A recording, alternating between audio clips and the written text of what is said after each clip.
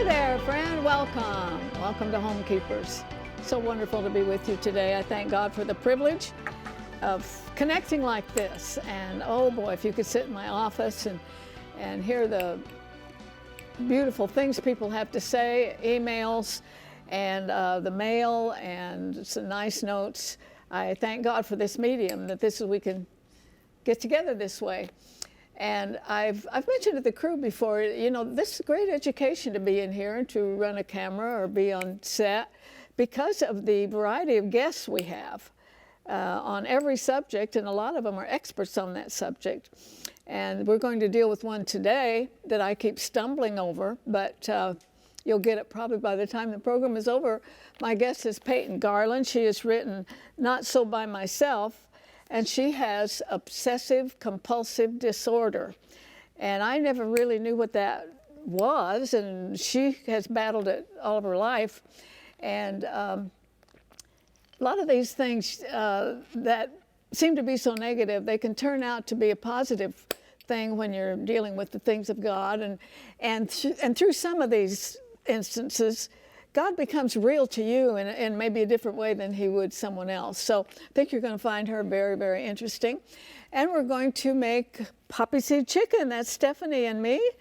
And I love everything with poppy seed in it. Didn't know why, so I looked up to see it's got all kinds of health properties in it.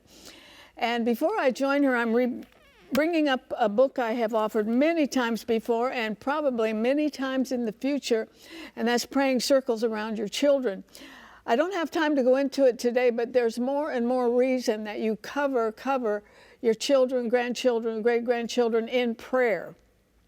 So I'll just say that for now, but there are things going on in the public schools and in culture that are designed to destroy young people.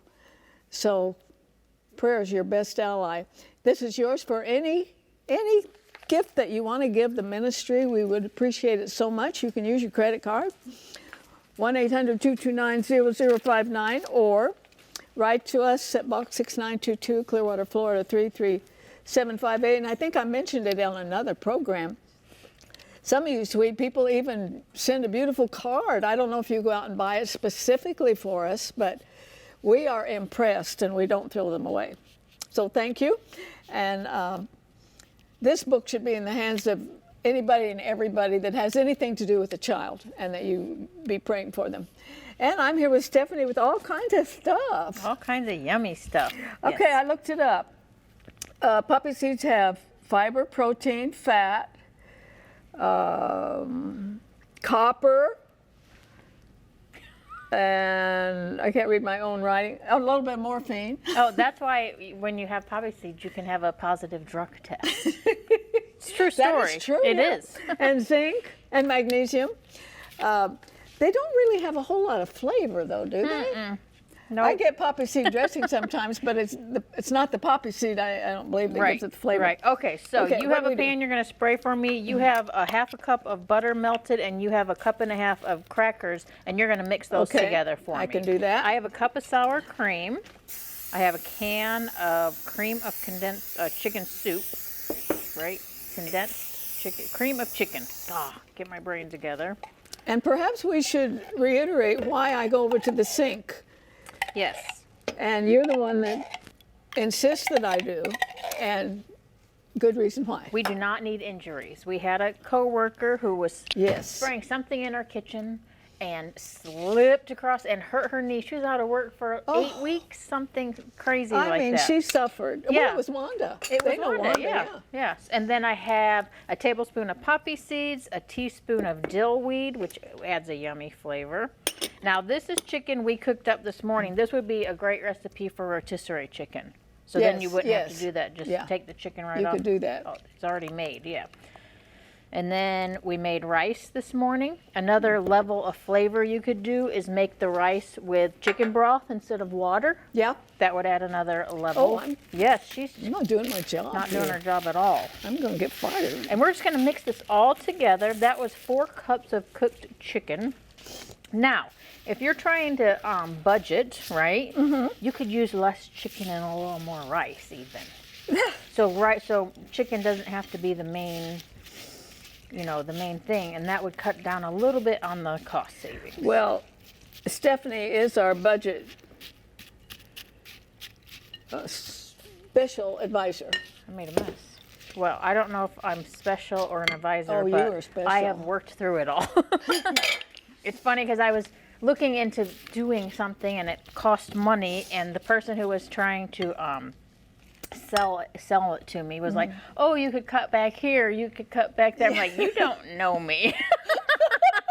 Boy, they don't. Yeah, you could cut back eating out. Listen, how often was just I eat out? talking, right before the show, I was back in the control room talking to Gary Bell, our director, and we were talking about the things of God and blah, blah, blah, and I talked about how my grandpa got saved. He was a troublemaker, alcoholic kind of person.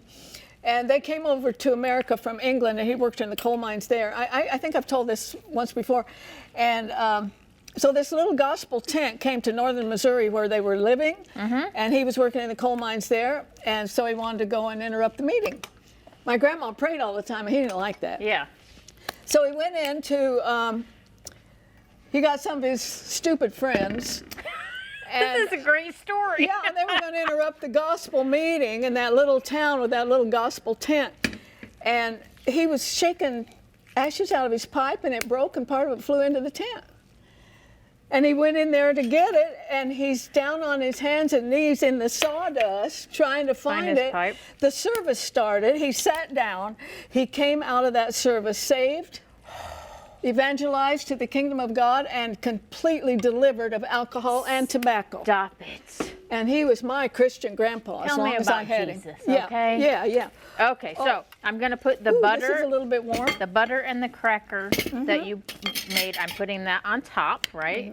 And then we're baking it for 30 minutes at 350. And that's really also, just heating both of everything. his sons became pastors, and my mother married a pastor. Boy, that's good. So what we're saying is God can take your situation and he Anything. can turn it around. Let me tell you. And then it leaves a legacy because it went from him to his children to his grandchildren. Yeah, you're right. That is so good. You take that to a church supper and you're going to get Oh. all the compliments. That's very good. I think we prove by what we do. It's just what you put in that make the flavors a little bit different. Yeah. And you take a basic thing like chicken, which has no flavor, and you can do anything with it. Yeah. It is called poppy seed chicken, and the recipes are all free. That information is coming up on your screen. And get it the way that's most convenient for you. And after that, you will meet my guest, Peyton. So stay right there. If you would like a copy of today's recipe, you may receive it by contacting us through social media as listed on the screen. When requesting a copy through the mail, be sure to include a self-addressed stamped envelope. Thank you, and please know we always appreciate hearing from our viewers.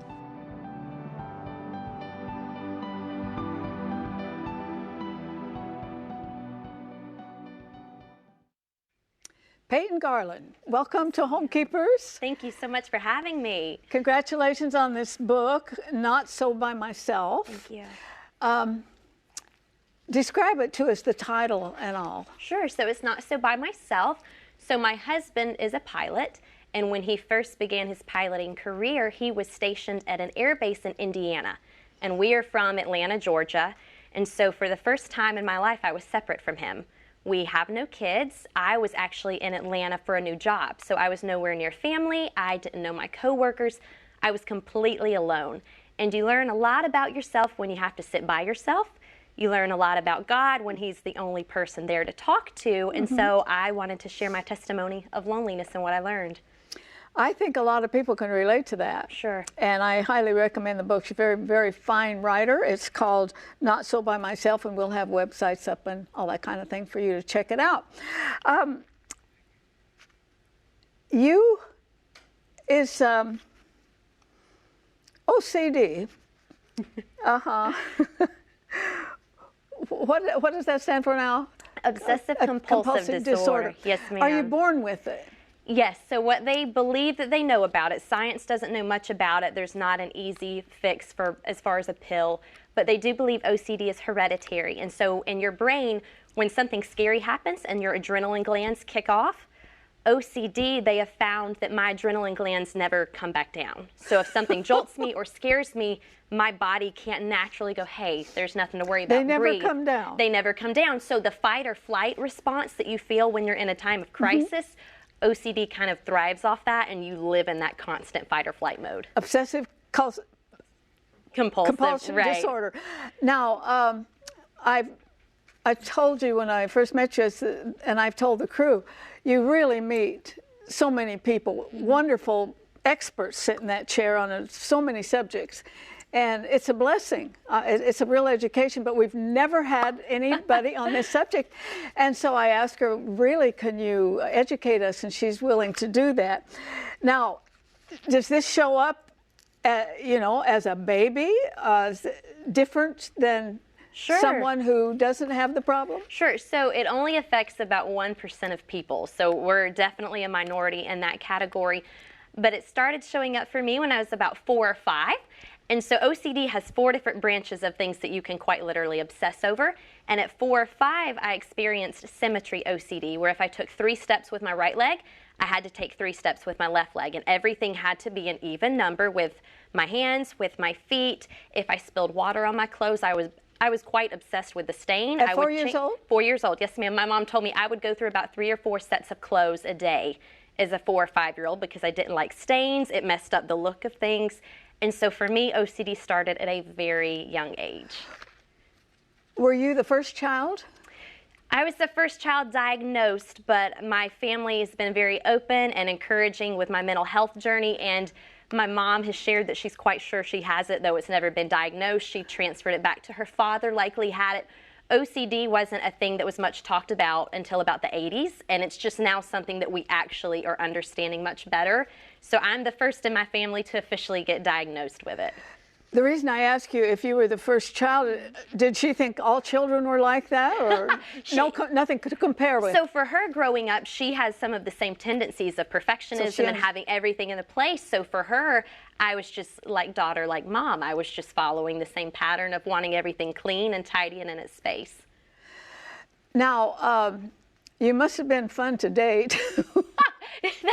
I wish I could interview your husband. That's what I'd like. That's the one I'd like to talk to. Yeah, he's fantastic. Dating, as far as having a mental health disorder, I've been very blessed. My husband is very strong mentally. He's just, anxiety isn't something he faces. Fear isn't something he battles as often. But dating someone like me with a mental health disorder, you have to be very vulnerable and honest and upfront and say, hey, here's what I struggle with. Here's how I operate. Here are my triggers. And you go on the journey together, and he has been very gracious the whole time. I'm very thankful for him. Now, aren't these people usually pretty smart? Do you get really good grades? I did. If I got anything under about a 92 as a child, I would just melt down. My day was ruined. My life was over. I was never going to college. I was never going to be an astronaut. Yes, I was very obsessive over grades as well. And we'll get into it a little bit later, but you might have approached God, the Father, differently than Exactly. That's exactly right. Other people. Now, do those that are born with this, I suppose anyone who has this born with it, you don't obtain it. Do they angst over the same things, or are they targeted differently? Sure. So one of the other branches of OCD is called religious OCD. It's called mental thoughts and taboo rituals. And so often what happens is you already have OCD, you have the tendency to obsess over things, but if you grow up in a very rigid church culture, if it's all about the rules and not necessarily about God's grace and forgiveness, you tend to obsess over rules. And so that's what I grew up in. I grew up in a very, very strict church culture that was more about just checking the box than understanding the nature of God. And so I learned to obsess over the rules. And what happened is God eventually became someone I was almost scared to even talk to, scared to approach. I was just going to check my box at the end of the day, and that was as good as it was going to get for me. What about employment and anything like that? Are they very, very high performers? Tend to be, yes. So what happens sometimes with OCD is if you're triggered by something, so another branch is contamination OCD, which I struggle with. It's the germ thing where you just are a germaphobe. I've read about those people. So with a pandemic, for me, with COVID, mine is through the roof. And so what happens at work is I'm often highly performing, but I'm also very honest with coworkers. So I let my boss know, hey, I have contamination OCD, so when I'm in the office, just understand I might need to go to a private office setting. I might need to have my own desk 50 feet away from people, and they've been very accommodating for me. Okay, but when you know that about yourself, Sure. and you know you have to use hand sanitizer for 20 times a day, Right. when you know that, is there any way to rein it in? Yes, so they call it response and exposure therapy. So sometimes what I have to do quite literally is if I have the urge to wash my hands or use hand sanitizer, there are times when I have to say out loud to myself, hey, OCD, I get that you're trying to help me out. Like in theory, you're trying to make sure I'm safe and healthy, but we can't do this today. You're safe, your loved ones are safe, you've taken all precautions, you're good. And so it's a response therapy where you're exposed to what's going to trigger you and what's going to scare you, but you respond to it. You're very smart people, so you got to be smart enough to say, I just did that 15 minutes ago. Exactly. You have to outsmart your smart. Well, I've got just a little bit of it. Sure. I'm kind of a lock fanatic. I check locks a lot, but that's the only thing I can think of. Yes, ma'am. I do that, and the knobs on the stove. I triple check that all the stove knobs are off, that my doors are locked. I do that about 4 to 5 times before I leave the house. Do they try to treat this with medicine or anything? Yes, ma'am. So they have kind of almost what they treat anxiety with. There's medications that help your brain slow down just a smidge. So when the adrenaline does heighten, there's a way to walk it off a little healthier. But unlike other mental health disorders, there's not really a magic pill or a fix-all for OCD. So there's calming medication and then lots of therapy is what they recommend. Well, you've given us a wonderful education, and of course there's more of it in the book and in varying chapters and subjects. So, but I've really been so curious about this. Oh, one more thing. How does it affect a marriage? Right. Could that drive a guy right up the... Right. No, so it's made us more aware of each other. It's made us more open with conversation because we've learned if you're not honest from the get-go with how your day's going or with something you're struggling with, what happens is you bottle that up over time. And then what we learned is we were having petty fights over someone who forgot to turn off the sink or didn't do their laundry. And that pettiness was coming from a place of angst or frustration with something bigger like my mental health disorder or something with his career if he had had a bad day. So it's taught us a lot about open communication from the get-go. And that's true in any marriage. Right. There is always something. So obviously, if you need to keep getting the hand sanitizer, the thoughts are over and over. Oh, over and over for sure. Okay. All right. This is a wonderful book about a relationship with the Lord, and it's called Not So By Myself. And we have the website up now if you want to check there. Is it on Amazon? It is on Amazon. All of those things. What was it that prompted you? Because your career is as a writer. Correct. But you'd never written a book. Right. Yeah. What was the main point you wanted to get across in this book? So obviously to know that you're not so by yourself. But what I want people to understand is that God's character is forever love and forever being present and a preserver in your life. So quite literally, you can't ever be by yourself. And I just want people to focus on God's character rather than their performance or their situation. And you've had a variety of opportunities to prove that. Yes. Yes, ma'am. Absolutely, yes. I guess you've known about it all your life. Was there a specific time growing up that it dawned on you, I have this, not everybody else does? Sure. When I was about 13 or 14, I had a small group of girlfriends, and we liked to focus on our grades. We liked to be the good girls and follow all the rules. So we were always worrying about something. But I knew around 13 or 14 that I worried too much, that I was too concerned with rules, that I was obsessing over them, that I was putting my self-worth up against how well I performed, and I knew that wasn't lining up with the Bible. So around 13 or 14, I knew Were there you was a comparing problem. yourself to other girls? Absolutely. She doesn't do this, but for some reason I do it. I was wondering why they could see God in such a free way, and I couldn't see him as someone so freeing. Are the just the components of a human being, the emotions and so forth, are they heightened? Yes. They're sharper, they're stronger? Yes, I'm very sensitive to emotion, and my husband will tell you that absolutely. So you don't have to hone in on them. They're right. No, they're there. They're right there in channeled, and front I'm ready. And we've already established that you got really good grades. Is that Yes. kind of part of it? Absolutely. Yes, ma'am. You obsess on your performance. And once I was really struggling with how I saw God and how I saw myself, the only way I knew to make sure he loved me was to try and prove that I was good enough for that love. I constantly battled for God's approval.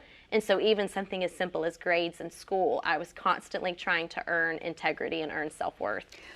I think a lot of Christians have that problem. Yep, I do too. We feel so unworthy. Right. And maybe a lot of it is some of the teaching we get when we're very young. Yes. Your walk with God has kind of been 3 steps forward and maybe Yes. 1 or 2 back? Yeah, that's a great way to look at it. Tell us about your whole journey with the Lord and how you Sure. got to where you are now. Sure. And you haven't arrived yet. Absolutely. Nor have I. And I've got 9 great-grandchildren, so. Yeah, so I grew up again in a church culture that was very rigid, very much about the rules, and I also was the Christian school kid. So at school, there were all the rules about Jesus and about God and all the Bible classes you had to take. And so for the first 11, 12, 13 years of my life, I was focused on the approval of man, the approval of the pastor, the approval of the teacher, because I was taught that God is good, so I must be good. And what I failed to realize is that I'm good because I'm made in his image. And instead I was thinking I'm good because I'm going to earn it. I'm going to prove to God that I'm good. And so a lot of my spiritual journey began with me trying to earn something. And about 13, 14 years old, I got really tired of that because we can't earn God's love because we're never going to be perfect. We're never going to master the Christian walk. And so the past 7, 8 years of my life and my faith have been just the trial and error of saying, I'm going to show up, I'm going to love others, I'm going to love God, and I'm going to mess up. And the great thing is God's mercy is new every morning, so we're going to show up the next day and we're going to try and mess up and love and mess up, and God's still going to be there. And so that's what I'm learning a lot, especially with the mental health disorder as well. Yeah, because that's one complication. Absolutely. I think what you just said, a lot of people need to hear. I really do. There might be some grandmothers out there just like me, and you're still thinking of the rules, Right. and how to please them, and you've really hit something there. Was there a time the light bulb went on, or was it just? It was gradual, and I think the beautiful thing is that God used his people to constantly prod me in that direction. Through my husband, through my parents as I was going through my mental health battle, people showed up every day and gave me grace every day, and they gave me the space to learn and to mess up and to learn again, to move forward, to take 2 steps back. And so I was seeing God through the people around me who were loving me so well. And so with time, I got to a place where I could turn around and go, wait a second. God is just as beautiful as these people forgiving me and loving on me, and better yet, he's even better than that because his love's not going to fail. He is forever perfect, and he's forever a champion for me. And I'd never seen God as a cheerleader. I'd never seen him as someone rooting me on, cheering for me, and constantly there to celebrate me. Tell me about your journey through churches. Your first church was the legalistic one, Yes, which, ma'am. boy, that gets in a kid's brain. Yes, it does. Very, very early. And you hear people just kind of deify those kind of things, but I'm so thankful that my parents were Christians and they raised me that way. And my dad was a pastor, but he caught on pretty early to the legalism and all. Right, absolutely. He found the way. However, I watched, and I can look back, a lot of young people were lost way back in my day. because Yep. of the legalism. It's just odious in Right. the kingdom of God. It really is. It stinks. Absolutely no. So for about 10, 12 years, I was in a very legalistic church. And I had a very honest conversation with my mother. I remember calling her to my bedroom and I said, look, what's being said behind the pulpit, I can't find it anywhere in the Bible. These two are not paralleling. There's no crossing over. These are two different truths. So somebody's right and somebody's wrong, and I'm going to bet my money on the Bible being the right one. Like, we're going to go with what God says here and not what man says. And my mother was so kind and compassionate that she that day said, deal, fair. So my family started going to a new church, which was so much more grace-filled and so much more compassionate. And I learned who God was under their leadership. And now my husband and I, we don't go to that church, but we both found a church that is just as freeing and just as open, where you can feel like you can worship rather than just sitting there waiting for condemnation. Yes, and we're out of time, but this is too good. Can you stay a little while? I sure can. Okay, you stay there. I'll be back in a minute, and she will be on the next program, okay? Stay right there.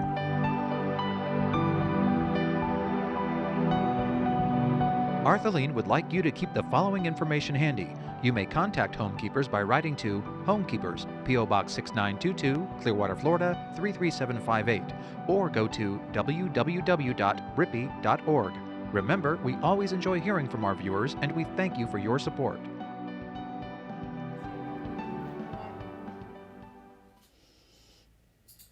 Okay, at the top of the program I mentioned I'm bringing this one back, Praying Circles Around Your Children, and there's a good reason to do that because of what I'm seeing in books for toddlers, actually, trying to train them up in the way to really admire and accept homosexuality and all of the crazy things that are going on. And I want to tell you something, your prayers will benefit your children. I now have 9 great-grandchildren, and I told someone the other day, I really believe that my grandmother's prayers are still affecting my life. So if you haven't been, make it a habit to pray for every child, every grandchild, every great-grandchild, and God hears and He answers prayer. You might not be around to enjoy it, but He is faithful, whether you're here or not. You might be in heaven by then, but He is faithful. So I urge you to get this, and the information was on your screen. You can write or call.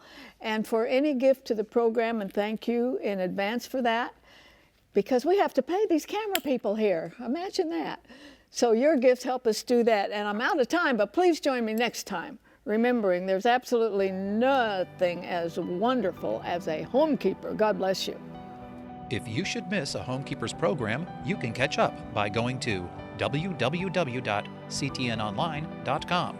Click on CTN Programs and then on Homekeepers.